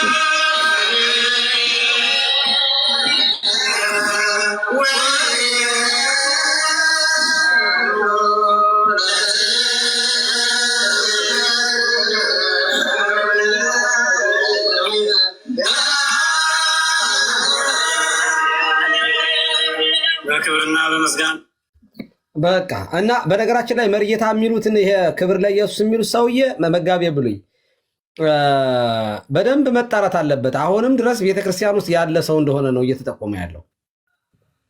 አይደለም እሱ እኔ ያውቀዋለሁ። እንቆባሪ ነው የሚባለው ያለበትን ከጎንደር መጥቶ ሰረቀ ብርሃን ነው እንቆባሪ ሰረቀ ብርሃን ስሙ አይደለም። እሱ ባለፈው ነግሬዋለሁ እኮ እንታወቃለን በደምብ ስሙ ማለት ጎንደር የማውቀው ከጎንደር አቋቋም ቤት እንደመጣ እኛ ጋር ቅኔ እየተማረ ነበረ። አስቄጥስ ማለት ነው። ከዛ ወደ አዲስ አበባ መጣ። ያው ወደ ፕሮቴስታንት ሄደ ማለት ነው። የቅኔ መምህር አይደለም። አይ አይደለም፣ ቅኔ ጀማሪ ነው። ቀና ተራ ጀማሪ ነው። ጀማሪ ራሱ በደንብ አይ ቲንክ ስላሴ ምናምን እንደደረሰ ነው የወጣ ራሱ። ቅኔ ግን ዜማ እኮ በደንብ አይችልም። ዜማ ነው እንጂ ቅኔ እኮ አይችልም በደንብ። ዜማ ይችላል ግን መርጌትነት አለው። ያቋቋም ነው የእንትን የራሱ መሰለኝ ማለት አቋቋም የማስበስከር ሳይሆን የራሱ ዘልቆ መሰለኝ የመጣ። ኦኬ። ስለዚህ ቤተክርስቲያን ውስጥ ግን አይደለም ያለው። አሁን ከረንት ልጅ ቋሚ ሰራተኛ አይደለም። የትም አላውቀውም እኔ። ተደብቆ ካልሆነ የሆነ ቦታ ተደብቆ ካልሆነ ምንድን ነው የእሱ አሁን በእንቅስቃሴዎች በሁሉ በዚህ በታድሶ እንቅስቃሴዎች አለ፣ በፕሮቴስታንት አለ። ግን ሲያደርግ እንቅስቃሴውን ፎቶ አይቀረጽም። ቪዲዮ ስለማይነሳ ስለማታውቁት ነው። እናንተ እኮ የማይታወቅ ከሆነ ፎቶውን ሳይታወቅ ተደብቆ ቤተክርስቲያን ውስጥ ካለ ይሄ በጣም በጣም በጣም ነውር ነው። እኔ አሁን አዲስ አበባ ውስጥ ስለሆነ ያለ የትም ቦታ ባገኘው በመልክ ስለማውቀው በጣም ጥሩ። አሁን ስለማውቀው የትም ቦታ ባገኘው እኔ መንገድ እችላለሁ። ስሙም እንትንም አይደለም፣ ስሙም ሰረቀ ብርሃን አይደለም። ሰረቀ ብርሃን ለመጻፍ ነው የማሳቀል ነው ምናምን የሚለውን መጽሐፍ ሲጽፍ ነው በዛ ስም የተጠቀመ እንጂ ስሙ መደበኛ ስሙ እንቆባሬ ነው የማውቀው ማለት ነው። ወይ ጉድ ወይ ጉድ ወይ ጉድ ወይ ጉድ! ምናልባት ቀሲስ አቤት ሰዎቹ አሁን መርጌታ ምናምን የሚሏቸው ሰዎቹ ማንነታቸው ዳዝም ማተር እኮ አሁን ያን ያክል እንትን የሚል ነገር አይደለም። ግን ቤተክርስቲያን ከሆኑ ብዬ ነው እኔ አሁን ቤተክርስቲያን አሁንም እያገለገሉ ከሆነ አትሊስት ከቤተክርስቲያን መባረር አለባቸው እንዴ። እኔ ደሞዝ እየበሉ ቤተክርስቲያን ገንዘብ እየበሉ ቤተክርስቲያን እንትን ደሞዝ እየከፈለቻቸው እያኖረቻቸው ላይ በላይ ሲመጡ ግን እኛን የሚያጠቁና ቤተክርስቲያን የሚከሱ ከሆነ ይሄ ፌር አይደለም። እልክልዎት አለው እኮ የሆኑ ፎቶዎች አሉ እዛ የተሐድሶ ስልጠና ላይ የሚገኙም ቤተ መቅደስ ላይ ደግሞ ማህሌ ተቋምን ብለው የሚገኙም የሆኑ ሰዎች ነበሩ። እዚሁ ቤታችን ቁጭ ብለው እዛ ደግሞ ሄደው ያገለግሉ የነበሩ ማለት ነው። ማህበረ ቅዱሳን ትንሽ ወደዛ ወደዚህ ብሎ ያጋለጣቸው ሰዎች አሉ። ግን አሁን እነሱ እንትን እንዳይል ብዬ ነው ፖይንቱን እንዳንረሳው። ወደ ቀለሜ ጉዳይ ተመልሰን እኔ እንትኑ ላይ ያየሁባቸውን ፍሎ ብናገር ደስ ይለኛል። እሺ ተረክቶ ላይ ማለት ነው። እሺ እሺ አንደኛ ጥቅምት ላይ ነው ሞተ ያለው። አሁን ግንቦት ነው። እስከዛሬ የት ነበረ ሰውየው? ሁለተኛ ድምፁ ተመሳስሎ ነው እንኳን ብለን ብናስብ ድምፁ ተመሳስሎ ነው ማለት አበበ ጉልላት የሙዚቃዋ ናት ያለው ሰውዬ እሱና አሁን ቀሲስ በትረ ድምጻቸው እንኳን ተመሳስሎ ነው ብለን ብናስብ ነው ድምጻቸው ተመሳስሏል ብለን ብናስብ የዛ ሰውዬ ድምጽ ማስረጃ አድርጎ ማቅረብ ይችላል ወይ ከቀሲስ በትረ ጋር ለማመሳሰል ማለት ነው። ምክንያቱም መነጻጸር አለበት። ዝም ብሎ እኮ የሆነ ነገር ክሌም ስለተደረገ ብቻ ትሩ ነው ማለት አይደለም። አብሮ አደግ እኮ ነው እንዴ? አብሮ አደግ አብሮ እየቀደሰ ያደገ ሰው ድምጽ አይጠፋውም እኮ ማስረጃ መቅረብ ይችላል ወይ? አሁን ከቀሲስ በትረ ድምጽ ጋር እናመሳስለውና ከተለያየ እውነትም ሞቶ ሊሆን ይችላል ማለት ነው። አንድ ከሆነ ግን ወይ በትረ ከሞት ተነስቷል ወይ አበበ የሚባል ሰው የለም ማለት ነው። አበበ ጉልላት የሚባል ዲያቆን የለም ማለት ነው። ሲቀጥል አቡነ ናትናኤል ነው በአንድ ቀን ዲቁና የሰጡናልና ምን አለ? አፈር በልተን ነው ያደግነው አለ።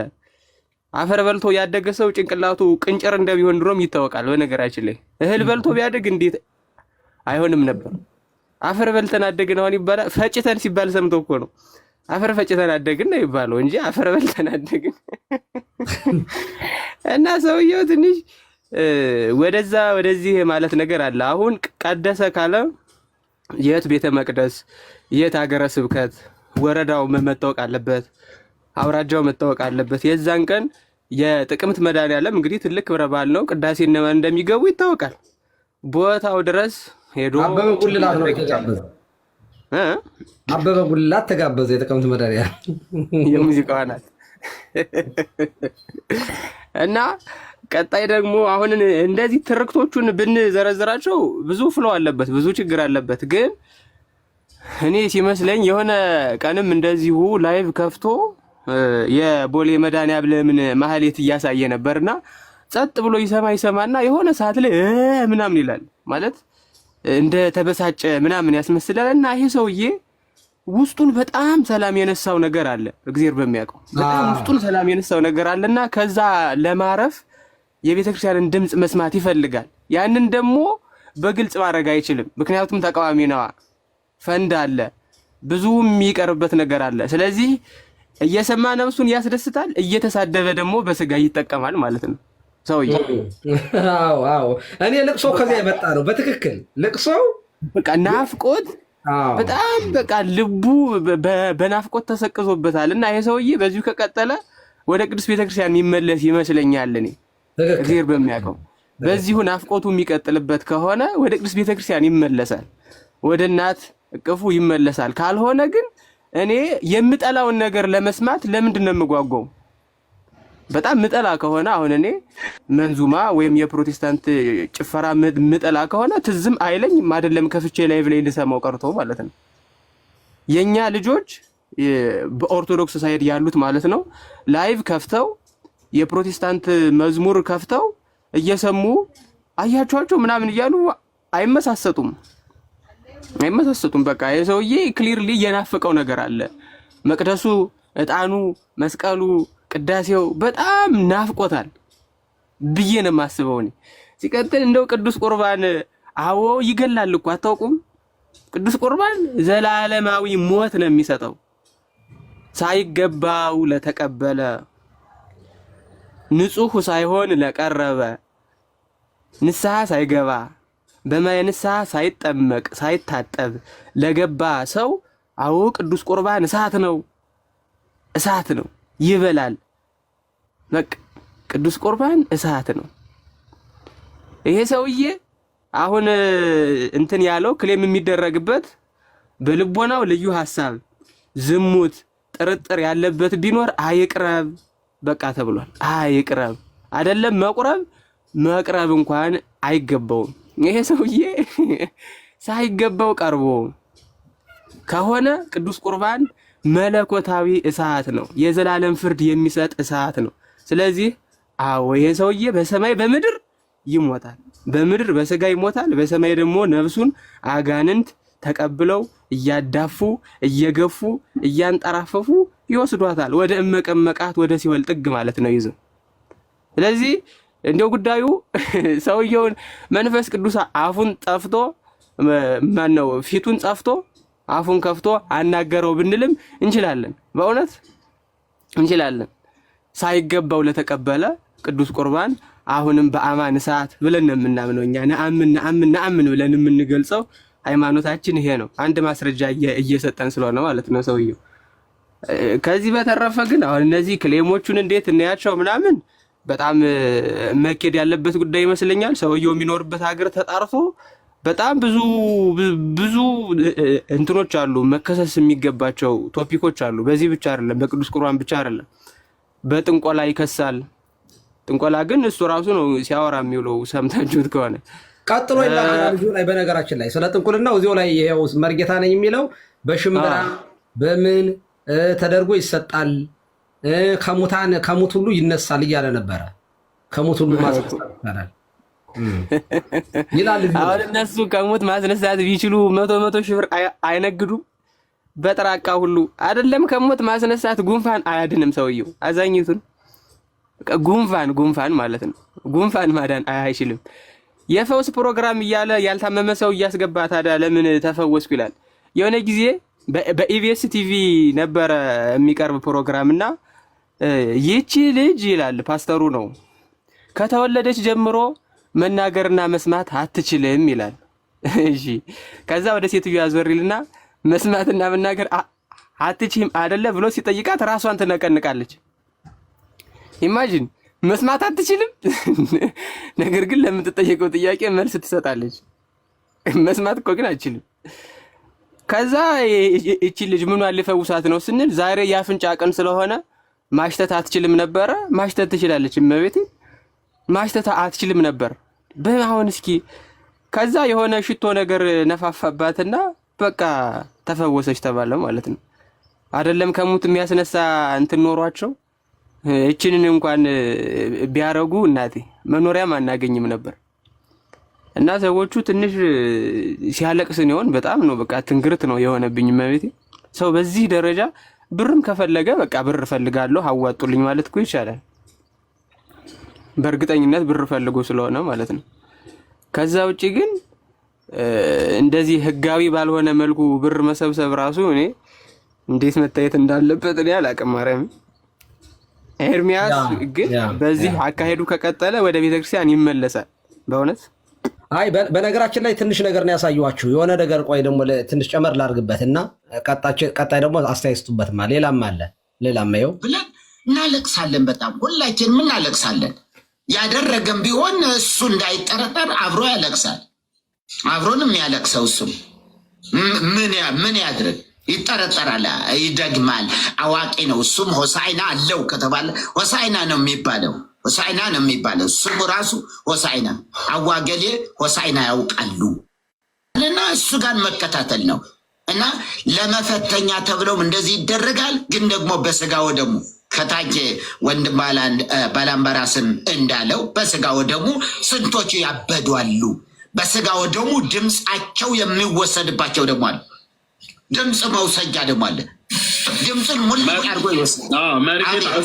እሱ እኔ ላይ ቆይቼ ነው የጠረጠርኩትኝ። መሪ የሚገርም ማህሌተ ጽጌ ነበረ ከዚህ ከመስከረም 26 እስከ ህዳር 6 ያለው እስከ ህዳር 6 ቁስቋም እና በዛን የማህሌተ ጽጌ ጊዜ ነው። እና አንድ ቀን ደጀ ሰላም ውስጥ ብዙ ጊዜ ገብተን እንጠጣለን። አንድ ቀን ግን የጠጣሁት ጠላ በጣም እንደዛ አይነት እሬት ነው የሆነብኝ። ለማናችንም የተቀዳልን ጠላ ነው የቀዳልኝ። በወቅቱ ያስተናግድ የነበረው እንደ ሊቀ ዲያቆን ሆኖ ያስተናግድ የነበረው ሰው እዛው አብሮ አደጌ ነው። በፍጹም አልጠረጠርኩትም። እና ድምፄ ላይ ከዛን ቀን ጀምሮ እንትን መንቀጥቀጥ አመጣ። ድምፄ ጉሮሮዬ ላይ ማለት ነው ይወሰዳል። መንቀጥቀጥ አመጣ።